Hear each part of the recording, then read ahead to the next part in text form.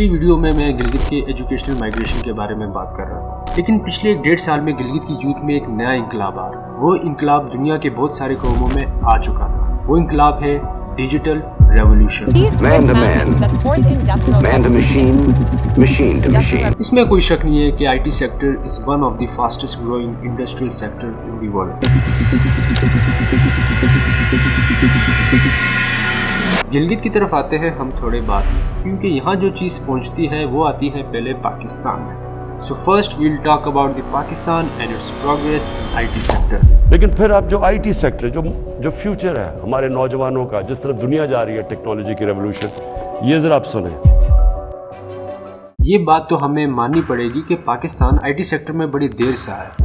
ہماری ہمسائیگی میں موجود ہندوستان بہت پہلے ہی سے اس چیز پہ لگ چکا تھا۔ Let's talk about some positivity. اگر ہم پچھلے 2 سالوں میں پاکستان میں IT سیکٹر کا موازنہ کریں تو پاکستانی کامیابی کے بہت سارے جھنڈے گاڑے۔ پاکستان کی IT سیکٹر میں 40% گروتھ آئی ہے، and this growth rate is considered as the highest growth rate in IT and IT-enabled services up till now in last 2 years. And this sector is contributing around 1% GDP of Pakistan, making around $3.5 billion.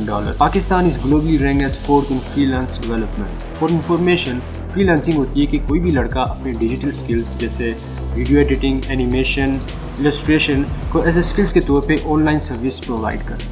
اس میں چوتھی position ہے دنیا میں۔ Freelancers, micro enterprises and individual consultants contributed around $500 million to IT and ITS exports. مارچ 2021 میں پاکستان کے broad connections almost 100 million touch کر گئے۔ Pakistan annual domestic revenue exceeds $1 billion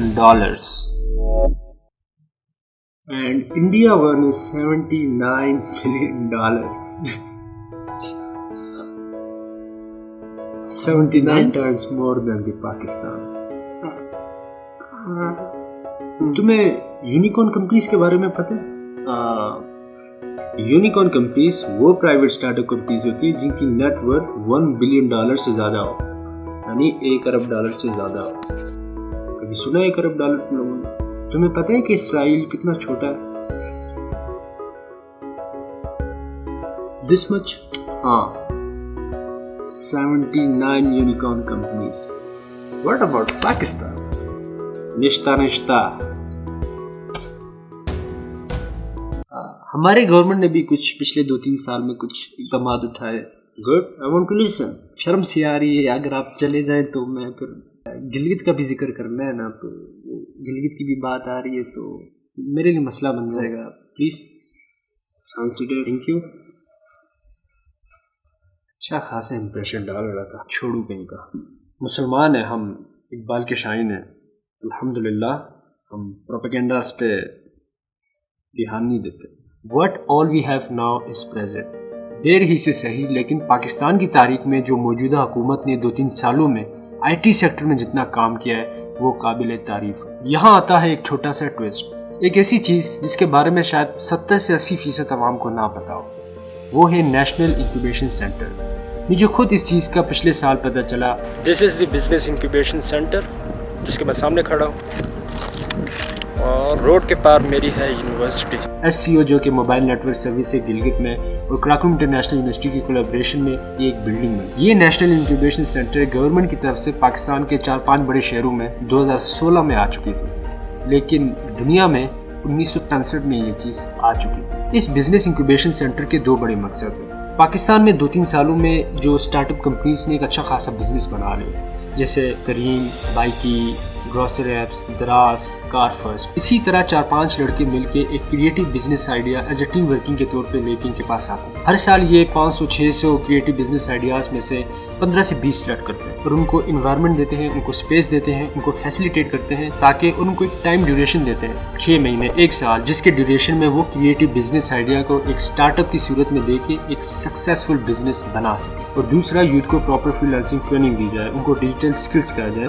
تاکہ وہ اسکلس کو مارکیٹ میں بیچ کے فائنینشلی انڈیپینڈنٹ ہو سکے۔ Currently Pakistan free lancing industry سے $0.5 billion ریونیو جنریٹ کر رہا ہے۔ جتنے مارکیٹ میں زیادہ فری لانسرز آئیں گے، اتنا ہی زیادہ ڈالر پاکستان میں فائیور اور اپور کے تھرو آئے گا، جس سے پاکستان کی معیشت مضبوط ہوگی، GDP اسٹرانگ ہوگا، فلانا ہوگا، ڈھمکانا ہوگا۔ انکیوبیشن سینٹر میں بہت سارے دوستوں سے میری ملاقات ہوئی، جن کی کام اور جن کی ارننگ دیکھ کے میں تو ڈنگ سا رہ گیا کہ یار گلگت میں بھی یہ سب کچھ ہو رہا ہے. لیکن 2 ایسے دوست ہیں جن کا ذکر کرنا میں بہت ضروری سمجھوں گا, دوستی کی وجہ سے نہیں, ان کے کام کی وجہ سے. ایک ہے SR بھائی. SR بھائی بھی اسی انکیوبیشن سینٹر پہ اس اسٹارٹ اپ آئیڈیا پہ کام کر رہے ہیں. ان کی ایک پروڈکشن ایجنسی ہے جن کا نام ہے ماؤنٹینس پروڈکشن, جو کہ سروسز پرووائڈ کرتے ہیں ڈفرینٹ کمپنیز کو, ڈرون فوٹیجز, فلموگرافی, ویڈیوگرافی. آپ نے جو ڈرون فوٹیجز میرے اس پرانی ویڈیو میں اگر کوئی دیکھی ہے تو سارے کریڈٹ ہے SR بھائی کا.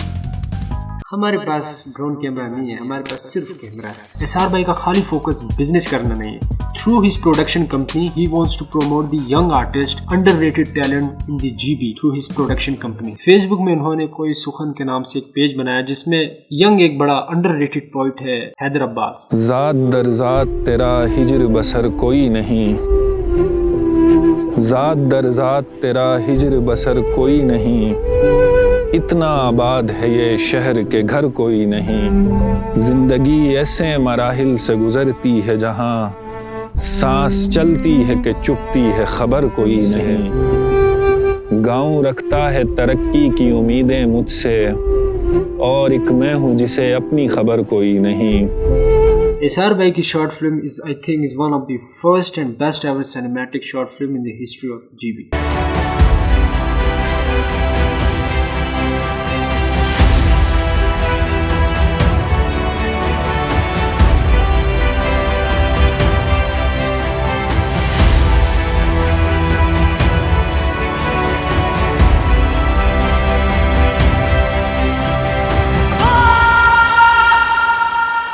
جس کو لگتا ہے کہ یار میرے اندر ٹیلنٹ ہے, میرے اندر سکلز ہیں, but I need this thing, so do approach SR بھائی تھرو ہز فیس بک پیج اور یوٹیوب چینل. دوسرا ہے ارسلان. فری لانسنگ کی ٹریننگ حاصل کی, پیسہ کمایا, شادی کی, میری عمر کا یہ ایک ماشاءاللہ سے بچہ بھی ہو گیا. اب وہ لڑکا گلگت مین سٹی میں دار پلازا کے ٹاپ پہ اپنی کمپنی رن کر رہا ہے. لڑکوں کو ڈفرینٹ ڈیجیٹل سکل سکھا رہا ہے اور کریٹنگ مور جاب اپرچونیٹیز.